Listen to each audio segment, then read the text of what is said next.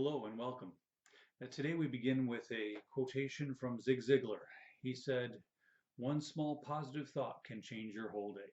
One small positive thought can change your whole day." Um, and it's our job, yours and mine, to look for that small thought that can alter how we're thinking for the day and hopefully change us from a more negative Mm, perspective to something a little more positive, right, Darren? That's exactly right.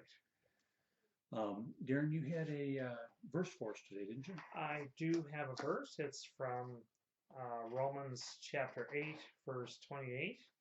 And many of us already know what this verse says. Like it is a strong um, verse of giving of one of God's promises. It says, and we know that all things work together for the good to them that love God, to them who are called according to his purpose.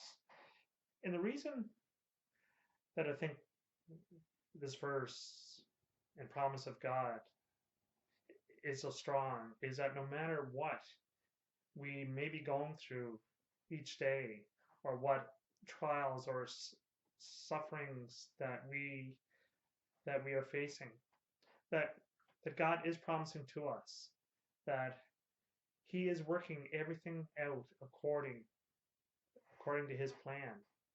We may look at world events like what's happening between Russia and the Ukraine, or the last couple of years going through the COVID situation that we have gone through, or even the events from 9/11 up to the present, and everything that has happened. That sometimes we worry about why these things are happening, but we don't have to worry because God promises that all of these things, whether good or bad, are working according to His promise. Yeah, it's amazing the idea that God's in control and we don't have to understand. That's right. That His ways are not our ways and His thoughts aren't our No, thoughts. And so we just have to leave some things with Him. that's right. Now, as we begin our 10, 10-day series on how to live a more courageous life, you've got point number one for us. I do have a point here, and 10 ways to live a more courageous life. Throughout the scriptures, we are told to be courageous. We are told to be brave. We are told to stand. And one of the ways that we can do that here is to realize our humanity by embracing our vulnerability. People who often live fear-based lives often have little or no confidence in God's promises, or within themselves as Christians. And and I think one of the reasons that people often fear a lot is they don't understand what what tomorrow holds. Sure. But we know that God also promises that He has tomorrow in His hands.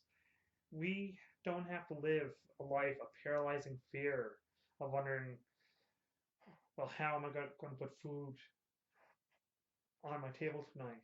Or if we don't have a job, where where am I going to find employment, or whatever the situation is? God promises that He will be there with us in the midst of us. If we just embrace that vulnerability, realize our humanity, put ourselves in the God's hands, we can rest easy at night. We can go throughout our day trusting God and worrying less. So we don't have to be tough and strong because God is. That's right. Yeah, amen. All right. Let's switch gears and talk about our good news story for the day. And that is, the headline is Maryland officers save baby toddler and two adults from a vehicle that crashed into a pond. This is the Maryland Police Department, and they're on April 1st, it was a Friday at about 9:15, An officer heard the crashing of a vehicle as it plowed through some shrubbery and through a fence and into a pond there at the park. And he ran there along with the supervisor to discover that the vehicle had lost control and was in the pond and was sinking.